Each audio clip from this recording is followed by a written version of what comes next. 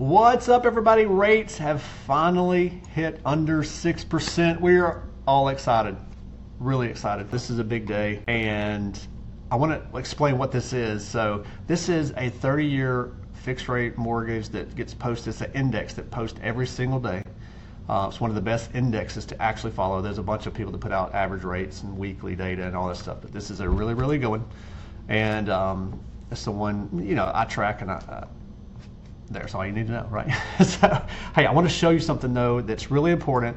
Rates have hit this level, and I want to point out something. So I'm going to move this out of the way. So this is a look back basically for 3 years on the rate. You can see the rates over here, and it's moving up and down, right? So about early April of 23, we hit this rate, and this is after rates have already been going up, right? Post-COVID and all this stuff.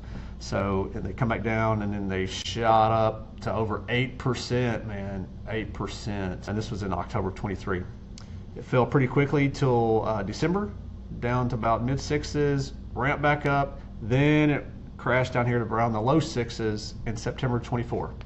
That was very short-lived. We thought we were on the decline. We thought, man, rates are coming back down to normal. That didn't last at all. They jumped back up, went all the way above 7%, and they kind of went between the 6.5%, 7%, and it stayed here forever. It seemed like forever. So really, May of 25, I mean, we're talking 9 months ago, we still had 7% rates, okay? And then it's been on this slow decline, relatively slow, which is slow and steady wins the race, right? And we hit right around here, this was mid-September, around these levels that we're currently at, 6.1. Jumped right back up, another 0.25%, that was short-lived. Then we hit it again. This is October, late October, early November of 2025. Boom, shot back up. I'll say shot back up. It's all relative. But what I want to point out is, we hit this level in early January or mid-January of this year. So this is like 6 weeks ago. And all that to say, you can see like this line right here, man. It's been a line of resistance when you look at market stuff that I watch every single day. And I want to say this with all authenticity. I'm not telling you this to sell you anything. I'm just telling you this point in the market, it's going to be incredibly tough to break. You're going to have to see things like job losses, unemployment claims come up, slower GDP, retail sales. All these things have to start sort of compiling for us to really get pressure to go below where we are currently. And I follow people a lot smarter than me that track this stuff like, crazy. Just look up Chart Daddy, Logan Motoshami. This dude lives, breathes, eats, sleeps it every single day. All that to say, we are at a real critical point when it comes to rates. So now I've got a large majority of my pipeline has already been locking in the 5s. But this is the kind of publicity that people start to see when they start seeing headlines and people post about it. So rates have already been in the 5s, right? I've been locking rates in the 5s for weeks. Definitely since late last year. So, but when these indexes hit these points, what I'm saying is the market will sometimes put a barrier. And we've hit this spot several times and it's popped right back up.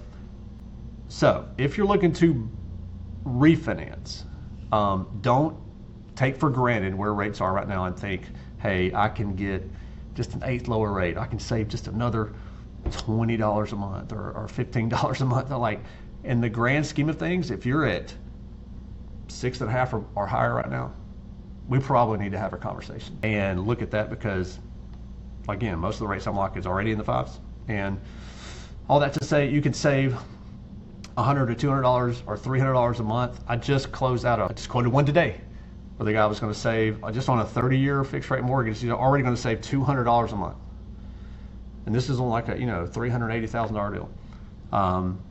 That's $2,400 a year. If it cost him $5 or $6 grand to refinance that, he basically recoups that back in a couple of years. He could also look at a 25-year and pay the same amount of money he's paying now, and cut 4.5 years off his term. Like, he just did this thing like 7-8 months ago.